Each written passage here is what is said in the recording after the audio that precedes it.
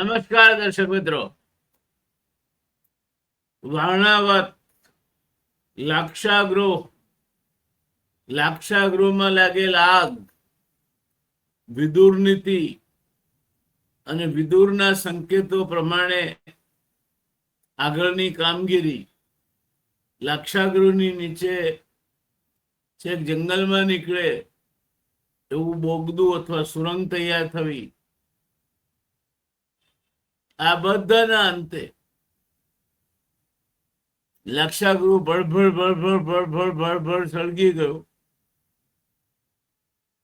અને પાંડવો સલામત રીતે બહાર નીકળી ગયા. એમણે નક્કી કર્યું કે આપણે હવે હમણાં કૌરવોની નજરે જ નથી ચડવું.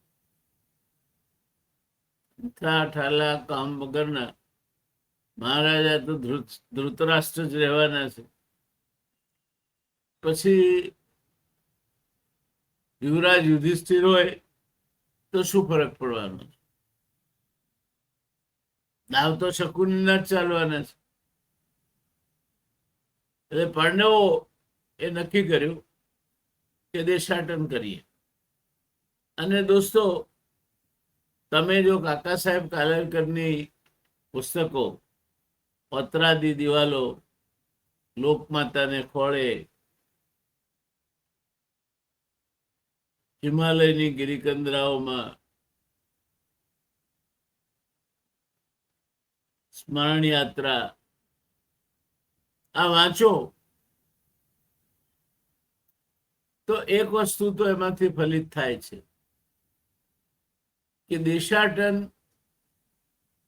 અથવા દેશ વિદેશમાં પ્રવાસ કરવો, દેશાટનનો મર્યાદિત અર્થ આપણે અહીંયા નથી કરતા. એના જેવો મોટો શિક્ષક બીજો કોઈ નથી. એ તમને ખરેખર ઘડે છે. અને એટલે પહેલા આપણા ત્યાં દૂર દૂરના સ્થાનોની યાત્રા કરવાનો મહિમા. આપણા તીર્થસ્થાનો પણ જુઓ, મોટાભાગના તીર્થસ્થાનો દુર્ગમ જગ્યાએ આવેલા છે. બદ્રીનાથ જવું હોય, કેદારનાથ જવું હોય, પર્વતોના પાણી પીવા પડે. જે જાય બદ્રી એની કાયા જાય કથળી. માં જગતજની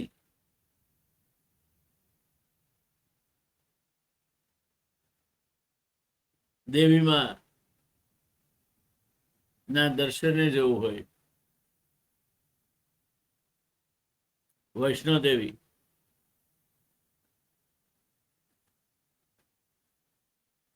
તિરુપતિ જવું હોય, અરે અંબાજી જેવા અંબાજીમાં તમારે ગબ્બર ઉપર ચડવું હોય તો તમે અમદાવાદમાં રહેતા હો, ત્યાં પાડ ના ખબર પડે શું કહેવાય, પણ ત્યાં બાલારામ જાઓ, ગબ્બર જાઓ એટલે ખબર પડે, નાના પાયે ખબર પડે. બદ્રીનાથ, કેદારનાથ મોટા પાયે ખબર પડે. વૈષ્ણોદેવી, ચોટીલા અને માં પાવાની પટરાણી, ભવાની માં કાલિકા રે, પાવાગઢ, આ બધી જગ્યા પર્વતો ઉપર છે. અને તમારે ત્યાં જવા માટે શારીરિક ક્ષમતા જોઈએ. ત્યાંની પદ્ધતિથી પરિચિત થવાય, વનવાસી જીવનથી પરિચિત થવાય, વન વગડાથી પરિચિત થવાય. આમ દેશાટન તમને અનેક વસ્તુઓ શીખવે છે. જે બાળક માત્ર વિડીયો ફિલ્મ જોઈને મોટું થયું હોય કે વધારેમાં વધારે કાંકરિયા ઝૂમાં ગયું હોય તો એને પૂછો કે વાઘ ક્યાં જોવા મળે, તો એ કે કાંકરિયા ઝૂના પાંજરામાં. એને જંગલ એવું શબ્દ જ ના આવે મગજ. ત્યારે પાંડવો અરણાવતમાંથી છટકી ગયા અને વેશપટ્ટો કરી અને એ દેશાટન કરવા નીકળ્યા. રાજસી વસ્ત્રો પોતાના છોડ્યા, સામાન્ય બ્રાહ્મણોનો વેશ ધારણ કર્યો. હવે તેઓ રાજકુમારો નહોતા, સામાન્ય માણસો હતા અને એમના માટેની આ કઠિન યાત્રા, જે સામાન્ય માણસ માટે પણ જેમ યાત્રા કઠિન હોય એમના માટેની યાત્રા પણ કઠિન હતી. અજ્ઞાત જીવનની શરૂઆત થાય છે. સુરંગમાંથી બહાર નીકળ્યા પછી પાંડવો સતત ચાલતા રહ્યા. પાછળ આગની જ્વાળાઓ દેખાતી હતી. લાક્ષાગૃહ ભાડ ભાડ ભાડ ભાડ ભાડ ભાડ કરતું વળી રહ્યું હતું. આગળ અજાણ્યું ભવિષ્ય એમની રાહ જોતું હતું. કુંતી અત્યંત થાકી ગઈ હતી. નકુલ અને સહદેવ હજુ યુવાન હતા. વડીલ તરીકે યુધિષ્ઠિર સૌને ધીરજ આપી રહ્યા હતા.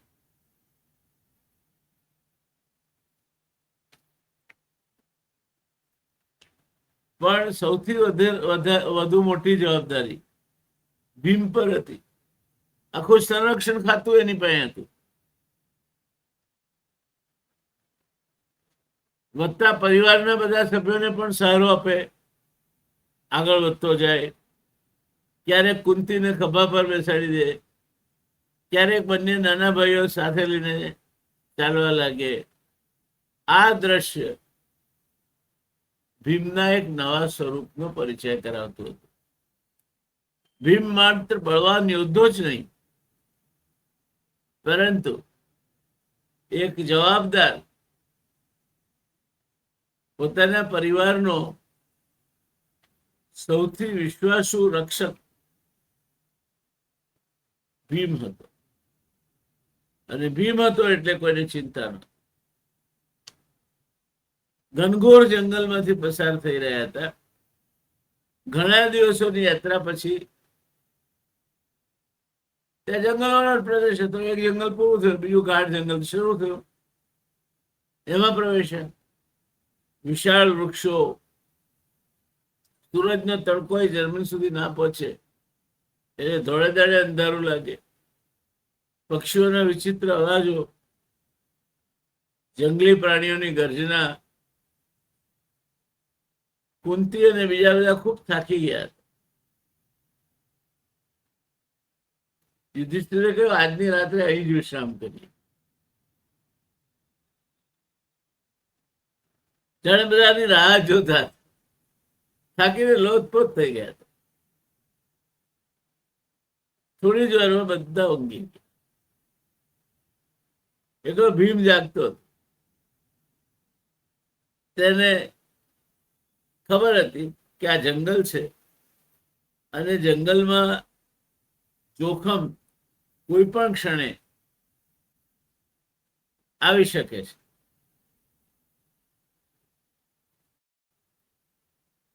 અને ભીમ સાવ ખોટો નહોતો.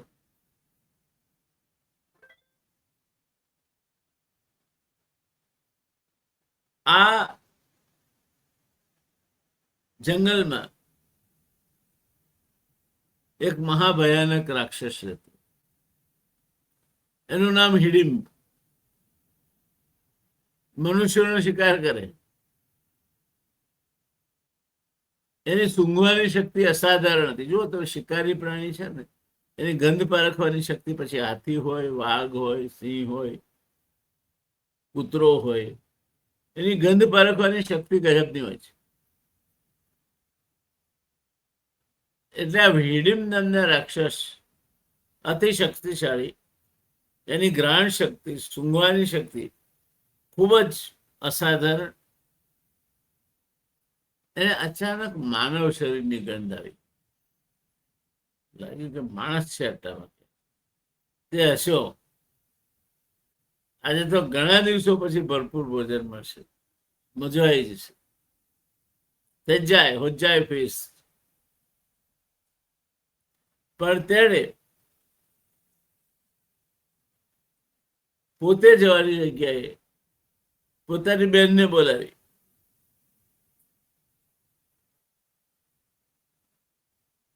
એનું નામ હતું હિડિંબા. હિડિંબે આજ્ઞા આપી, જા, ત્યાં જે મનુષ્યો છે તે અહીં લઈ આવ. હિડિંબા રાક્ષસી હતી, રૂપ બદલી શકતી હતી. એણે મનુષ્ય સ્વરૂપ ધારણ કર્યું અને આ પાંડવો જ્યાં આરામ કરી રહ્યા હતા ત્યાં પહોંચી. તેણે દૂરથી ભીમને જોયો, વિશાળ કાય, તેજસ્વી ચહેરો, નિર્ભય નજર, અને તેના મનમાં અચાનક એક લાગણી જન્મી. તે પોતાના ભાઈની આજ્ઞા ભૂલી ગઈ. ધીમે ધીમે ભીમ પાસે આવી અને એને કહ્યું, તમે ખૂબ મોટા સંકટમાં છો.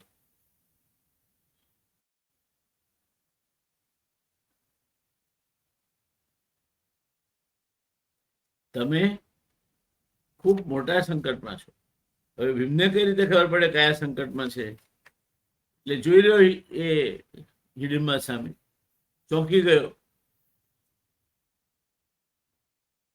હિડિંબાએ કહ્યું કે તમારો ભાઈ હિડિંબ, જેનું વર્ચસ્વ આ જંગલ પર પ્રવર્તે છે, એ મહાભયાનક રાક્ષસ છે. માણસ એનો પ્રિય ખોરાક છે. તે તમને મારીને ખાઈ જશે. તમે તરત અહીંથી ચાલ્યા જાઓ. ભીમે શાંતિથી જવાબ આપ્યો, મારા પરિવારને છોડીને હું ક્યાંય જવાનું નથી. જ્યાં સુધી હું જીવતો છું કોઈ તેમનો વાળ પણ વાંકો કરી શકે તેમ. આ શબ્દો સાંભળીને હિડિંબા બહુ પ્રભાવિત. તેને સમજાઈ ગયું, આ માણસ માત્ર બળવાન નથી, માત્ર નિર્ભય નથી, પણ તે માયાળુ અને પોતાના કુટુંબ પ્રત્યે જવાબદાર પણ છે. બીજી બાજુ ઘણો સમય વીતી ગયો. હિડિંબા પાછી નહીં આવી. હિડિંબને શંકા થઈ એટલે જાતે જ ત્યાં પહોંચ્યો. તેણે શું જોયું? તેણે જોયું કે એની બહેન હિડિંબા મનુષ્ય સાથે વાતો કરી રહી છે. ક્રોધથી એની આંખો લાલ ચકચક થઈ ગઈ. એણે ગર્જના કરી ક્રોધમાં, હિડિંબા, તું મારી આજ્ઞાનો ભંગ કરે છે. પછી ભીમ તરફ જોઈને બોલ્યો, પહેલા તને મારીશ, પછી તારા આખા પરિવારને ખાઈ જઈશ. ભીમ ધીમે ધીમે ઉભો થયો. તેણે પાછળ સૂતેલા પોતાના ભાઈઓ અને માતા તરફ એક નજર કરી. પછી હિડિંબ તરફ જોઈને માત્ર એટલું જ કહ્યું, ચાલ બહાર. એક તરફ જંગલનો સૌથી ભયંકર રાક્ષસ અને બીજી તરફ પાંડવોનો અદમ્ય બળવાન યોદ્ધો એવો ભીમ. એક મહાયુદ્ધ શરૂ થવા જઈ રહ્યું. ભીમ અને હિડિંબ વચ્ચેનું આ મહાયુદ્ધ શું પરિણામ લાવશે? હિડિંબ મહાભયંકર હતો, રાક્ષસ હતો, માણસ એનો પ્રિય ખોરાક હતો. 5 પાંડવો અને કુંતી એમ 6 જીવ હતા, માણસ હતા. એમાં 5 તો સૂતા હતા, આરામ ફરમાવી રહ્યા. તેમને ખબર પણ નહોતી કે શું બની રહ્યું છે. ભીમ જાગતો બેઠો હતો, કારણ કે માનતો હતો કે જંગલમાં ગમે ત્યારે ગમે તે વિપત્તિ આવી પડે છે.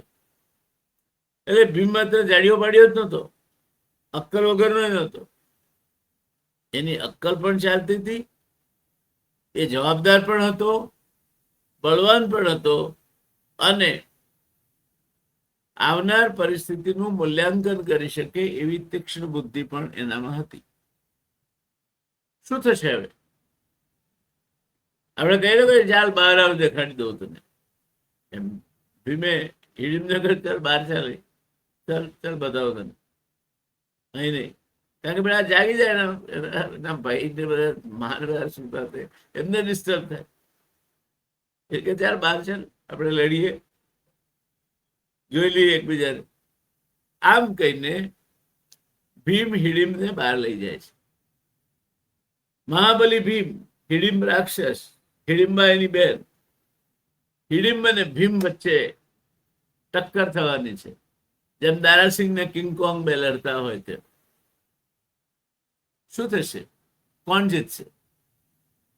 આમ તો જવાબ તો તમને ખબર જ હોય ને, ભીમ જ જીતે ને. ભીમ નાયક છે, હીરો છે.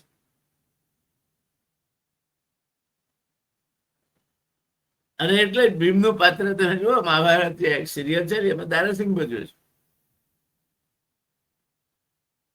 તો હિડીમ્બ અને ભીમ આ લોકો જ્યાં આરામ ફરમાવી રહ્યા હતા ત્યાંથી નીકળી જાય છે, દૂર પહોંચી જાય છે. પછી શું થાય છે?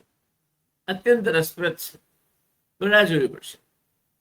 રાહ જોઈશું આપણે 28મા હપ્તામાં. ભીમ અને હિડીમ્બની લડાઈનું પરિણામ અને પરિણામ બાદની પરિસ્થિતિ વિશે વાત કરીશું, વિગતે વાત કરીશું 28મા હપ્તામાં. અત્યારે 27મા હપ્તાને અહીંયા સમાપ્ત કરીએ. મળતા રહીશું. જય શ્રી કૃષ્ણ. ઓમ નમો ભગવતે વાસુદેવાય.